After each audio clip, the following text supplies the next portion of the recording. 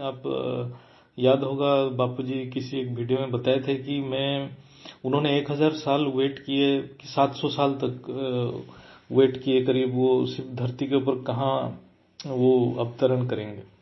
और वो चाहते तो किसी योगी के घर पे भी आ सकते थे, लेकिन वो साधारण परिवार में आए, क्योंकि आज तक किसी भी योगी या मुनि ऋषि जो भी हैं, किसी की भी आत्मस्वरूप नहीं आया है मेरे हिसाब से। क्योंकि इवन वो वीडियो में भी जो उन्होंने बताया, जो ये सारे कारण शरीर पे हैं, कारण शरीर पे हैं मतलब वो अपनी आत्मा की अनुभूति नहीं कर पा रहे हैं। इवन आप देखेंगे जो पायलट बाबा हैं और एक बहुत बड़े ऋषि थे, योगी थे श्री राम शर्मा, बापूजी उनके बारे में भी एक दो बार जिक्र किए हैं। तो उनकी भी जो गुरु थे, ये भी सूक्ष्म दुनिया से उनको दीक्षा दिए थे। उन्होंने दुनिया को बदलने की, मतलब इस धरती को ठीक करने की, इससे नेगेटिविटी हटाने की बहुत कोशिश किए हैं। ऐसा नहीं उन्होंने मेहनत नहीं की है, लेकिन उन्होंने कोशिश किए हैं, लेकिन उनके पास वो ये ज्ञान नहीं था। और मैं जब एक किताब पढ़ा था, जो वो दत्तात्रेय पंथी में जो मैं बहुत सारे किताब पढ़ा था, एक उनके अवतार थे, बहुत पहले अवतार थे, अभी भी वो आंध्रा में उनको बहुत लोग मानते हैं, श्रीपाद वल्लभ। उनके एक किताब है, उसमें उन्होंने लिखा था कि वो महाविष्णु के अवतार थे। उससे पहले महाविष्णु वर्ड मैंने कहीं सुना नहीं था, और महाविष्णु क्या होता है मुझे आइडिया ही नहीं था। वो बहुत पहले की बात है, बापूजी के ज्ञान से आने से पहले। उन्होंने भी वो किताब में जिक्र किया था कि जब तक हम वायुमंडल चेंज नहीं करेंगे, मतलब वायुमंडल को शुद्ध नहीं करेंगे, तब तक ये धरती पे कुछ हो नहीं सकता। और उन्होंने काफी कोशिश किए थे, उन्होंने बहुत तपस्या किए हुए थे, और उन्होंने मेरे को लगता है उनके बहुत सारे क्रिएशन हो गए, उनके थ्रू ये करने की कोशिश भी किए थे, लेकिन उन्होंने सफल नहीं हुए। उन्होंने क्या हुआ, फाइनली मेरे को जो लग रहा है उन्होंने छोड़ के चले गए। जो किताब में लिखा है कि वो मतलब वो जो कुछ मंत्र दिए वो बहुत सारे किए, लेकिन वो फाइनली वो अदृश्य हो गए। मतलब इसका मतलब उनकी कुछ जानकारी नहीं है, तो इसका मतलब वो भी छोड़ के चले गए। तो मतलब जो है, किसी के पास ये बेहद की ज्ञान नहीं था। बेहद की ज्ञान और योगियों की ज्ञान और बेहद की ज्ञान में बहुत फर्क है। आप देखेंगे बेहद की ज्ञान बहुत ही अलग है, बहुत ही अलग है ये। और योगियों की ज्ञान जैसे आप इवन वो वीडियो में भी देखेंगे ना, वो तंत्र विद्या है। मतलब आप चक्र जागृत करना मतलब ही आप शरीर पे लग गए। आपको तंतु तंतु मतलब जैसे तंतु मतलब जैसे कपड़ा में तंत्र रहता है, तंतु रहता है ना, ऐसे बॉडी के अंदर में भी जो सारे पार्ट्स है, कोष है, वो तंतु बोलते हैं, मतलब वो तंत्र है। बॉडी के अंदर से ही ऊर्जा को जागृत करना ही तंत्र विद्या है। लेकिन बेहद की ज्ञान अलग है। हम बॉडी से कोई लेना देना नहीं, हम अशरीरी भाव को ही स्ट्रेस देते हैं, और हम एनर्जी को ऊपर से लाते हैं। ये नीचे से एनर्जी से ऊपर को उठाना चाहते हैं, हम ऊपर से नीचे खींच के लाने की कोशिश करते हैं आत्मशक्ति के द्वारा, सहस्रागार जागृत करके, है ना। ये हमारा प्रोसीडियर ही अलग है और उनकी प्रोसीडियर ही अलग है। इसलिए बापूजी बहुत ही बोले कि मैं किसी योगी के घर पे जन्म लेता तो मेरे को ये ज्ञान नहीं मिलता, वो फिर वो ट्रेडिशनल ज्ञान में शायद उलझ जाते। इसीलिए उन्होंने एक साधारण परिवार में लिया कि सो दैट वो उनकी जो बेहद की ज्ञान को वो उजागर कर सकें। तो जो मेरे समझ में आ रहा है। और एक आप जो समय की बात कर रहे हैं, समय बहुत सही है। मैं कभी कभी ये सोचता हूँ, आप देखिए जो भगवत गीता की जो ज्ञान, जब फर्स्ट टाइम बेहद की ज्ञान आया तो वो भगवत गीता के थ्रू आकारी बापूजी ने जो धरती के ऊपर दिए थे। और वो भी आप देखिए, वो समय भी ऐसा था, वो लड़ाई के समय में दिए थे, ना पहले दिए थे ना बाद में दिए थे। अच्छा, वो उस टाइम में इतने सारे योगी भी थे, वो भी जंगल में, उस टाइम में भी हिमालय हुआ, हिमालय में बहुत सारे योगी थे, लेकिन बेहद की बाप वहां नहीं गया, वो लड़ाई पे आया, लड़ाई के मैदान पे आया। इसका भी कारण है, क्योंकि आप देखेंगे 90% जो आत्माएं हैं धरती के ऊपर, ओनली 10% जंगल जाते हैं, बाकी मतलब 90% इस सांसारिक जीवन में है। तो इसीलिए शायद वो लड़ाई के टाइम पे इसलिए देना चाहते थे कि लड़ाई से पहले भी देते तो अर्जुन को शायद समझ ना आए, और लड़ाई के बाद भी उतना टेंशन नहीं था कि वो सिचुएशन नहीं था कि वो समझ पाए, इसलिए वो समय को वो चूज किए थे कि वो लड़ाई के वक्त ही वो बात समझ में आए, जब उसकी मन तैयार हो जाए वो ज्ञान को थोड़ा सा समझने के लिए, उसी वक्त उन्होंने वो ज्ञान को दिया होगा। अदरवाइज हो सकता था वो जब अर्जुन के साथ तो पहले भी दे सकते थे, लेकिन उन्होंने उसी वक्त को चूज किया। और आप देखिए वो उस टाइम धर्मराज थे, युधिष्ठिर धर्मराज थे, धर्म को पूरा मानते थे, इतना ऋषि मुनि थे, लेकिन उन्होंने चूज किया अर्जुन को। इवन इवन जो युधिष्ठिर को भी नहीं दिए ये ज्ञान जो धर्मराज थे, लेकिन वो अर्जुन को दिए हैं। तो ये एक बहुत ही मतलब टिपिकल है कि जो बेहद की बात जो ज्ञान देते हैं वो किसको चूज करेंगे, कैसे करेंगे, और उनकी जो प्रोसेस है ये बहुत ही डिफरेंट है। ये आपको बहुत, जैसे बापूजी इसीलिए बार बार बोलते हैं महीन बुद्धि से समझो, तो इसको जो समझ गया वो सब कुछ मिल गया उसको। तो ये मैं बोलना चाहता था आपको। और ये भी एक चीज है, जैसे मैं देखा हमारे भी बेहद की भाई बहन में कभी कभी बातें करते हैं, बहुत लोग पूछते हैं समय बताओ, और बापूजी को पूछते हैं।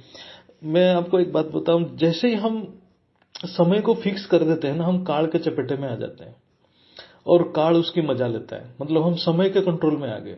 तो हमें बेहद होना है, मतलब वो तो कभी भी, बेहद मतलब अनंत समय है, वो अनंत समय एक बिंदु में है, तो उसका मतलब आप वर्तमान में रहना है।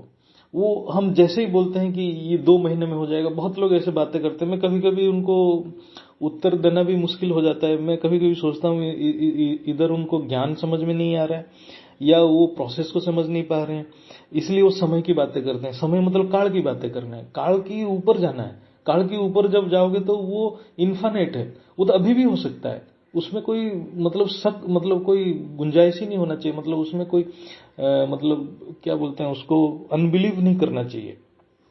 तो जस्ट ऐसे मैं बता रहा था। और ये जो बापूजी ये सारे जो चीज है, ब्रह्मर्षि राजर्षि, ये सारे उनके पुराने वीडियो में तो है ही, ये सारे चीज बताए हैं। और आप देखेंगे आज सूक्ष्म दुनिया में बहुत सारे तपस्वी आज भी बैठे हैं। इवन अब मैं कुछ किताब पढ़ रहा था, इवन जो हनुमान जी भी हैं वो भी सूक्ष्म दुनिया में है।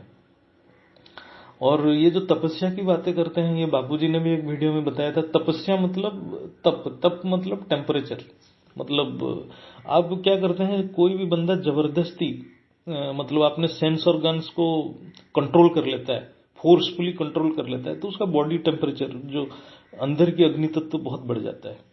तो बढ़ जाने से उसमें वो कुछ चमत्कार टाइप का, चमत्कार मतलब कुछ ऐसा चीज कर सकता है जो नॉर्मल आदमी नहीं कर सकता है, तो वो तपस्या है। लेकिन ये बहुत शॉर्ट लिव्ड है, इसका कोई मतलब कोई लॉन्ग टर्म इफेक्ट नहीं है, ना वो विश्व परिवर्तन कर सकता है। तो इसको हम नॉर्मल दुनिया से जो है उससे थोड़ा अलग कर लेते हैं, तो हम उसको चमत्कार मानते हैं। और ये जो कारण शरीर की बात कर रहे हैं, जो बोल रहे हैं कि कण कण में व्याप्त है, क्योंकि हम तो हद की दुनिया में अभी हैं, धरती के ऊपर सबसे ऊपर आकाश तत्व है, तो कारण शरीर तो बापूजी समझाए हैं आकाश तत्व है। और आकाश में ही ये आपके सारे एलिमेंट्स जो हमारे बाकी तत्व पड़ा हुआ है, तो आप एक बार आकाश तत्व में भी जाएंगे, ये बापूजी भी बताए थे, जब साइलेंस में चले जाते हैं तो आप जो भी कल्पना करेंगे, संकल्प करेंगे, वो जो बाकी एलिमेंट्स को शेप दे देगा, मतलब वो क्रिएट कर सकता है, वो मतलब आकाश तत्व में जाने से भी वो क्रिएट कर सकता है। तो ये इसीलिए उन लोगों को हमारे लिए वो जो मतलब हद की दुनिया के लिए वो चमत्कार माना जाता है, लेकिन हमारे लिए चमत्कार की कोई वैल्यू नहीं है, वो बापूजी लास्ट वीडियो में भी बोल दिया। और ये जो समय समय पूछते हैं, वो भी उसका मतलब वो चमत्कार के चक्कर में है, वो फिर माया के चक्कर में है, वो सब गलत रास्ते पे चले जाएंगे। तो ये कारण शरीर और भाव जगत, ये जो सारे वर्ड यूज किए हैं, ये सब सारे हद की शब्द हैं।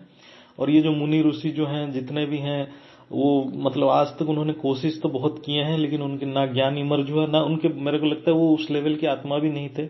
और वायुमंडल उस टाइम अच्छा था, तो उनका ज्ञान कुछ हद तक आकाश तत्व तक इमर्ज हो गया।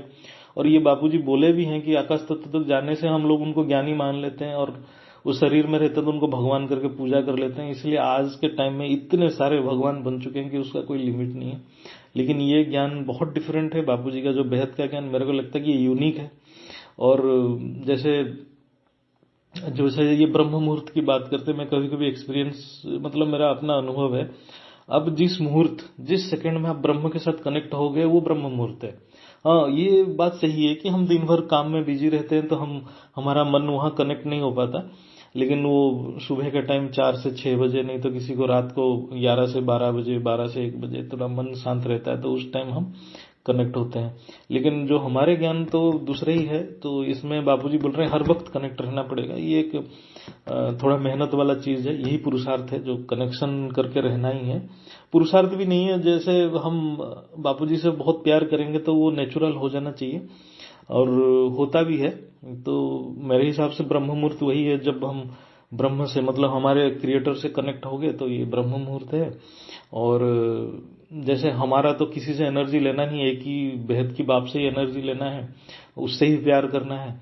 जब वो यही हो जाएगा तो हमारे जो अंदर की परिवर्तन हो ही जाएगा, और कॉन्फिडेंस होना भी चाहिए। और एक मैं जस्ट बताना चाहता हूँ, वो चीज बापूजी लास्ट वीडियो में भी बहुत बोले कि परम शांति के मंत्र हम लोग, मतलब हम बेहद की बच्चे इतना फैला नहीं पा रहे हैं जितना विनाश की वाइब्रेशन फैल रहा है।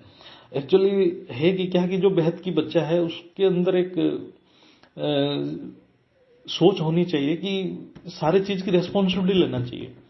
ही शुड टेक रेस्पॉन्सिबिलिटी। जब तक वो रेस्पॉन्सिबिलिटी नहीं लेगा, वो फिर कुछ नहीं कर पाएगा। We have to take the responsibility. शायद मैंने ये हमारे किसी, शायद साकी मैन ने एक बार कहीं लिखे थे, कहीं मैं पढ़ा था, लेकिन मेरे को बहुत अच्छा लगा। जब वो आत्मा इस संसार के सारे दुख की, सुख की, मतलब सारे प्रॉब्लम की रेस्पॉन्सिबिलिटी लेने लग जाएगा और उसको हटाने की कोशिश करेगा, वही बेहद की बच्चा है, वही ज्ञान समझेगा और वही करेगा। क्योंकि जो आत्मस्वरूप भी आया बापूजी के, जो एक ही लक्ष्य था, वो उनको लेके चला गया उस स्थिति तक। तो हमें वही बाप जैसा बनना है, मतलब हमारा भी लक्ष्य ऐसा होगा कि वो इतना बेहद की लक्ष्य होगा कि हमें वो स्थिति में लेके जाएगा।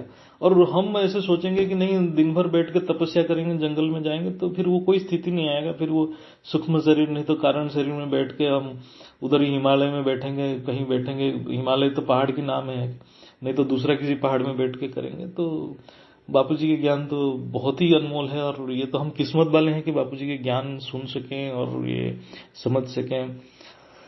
तो बस यही है, परम महाशांति, परम महाशांति, परम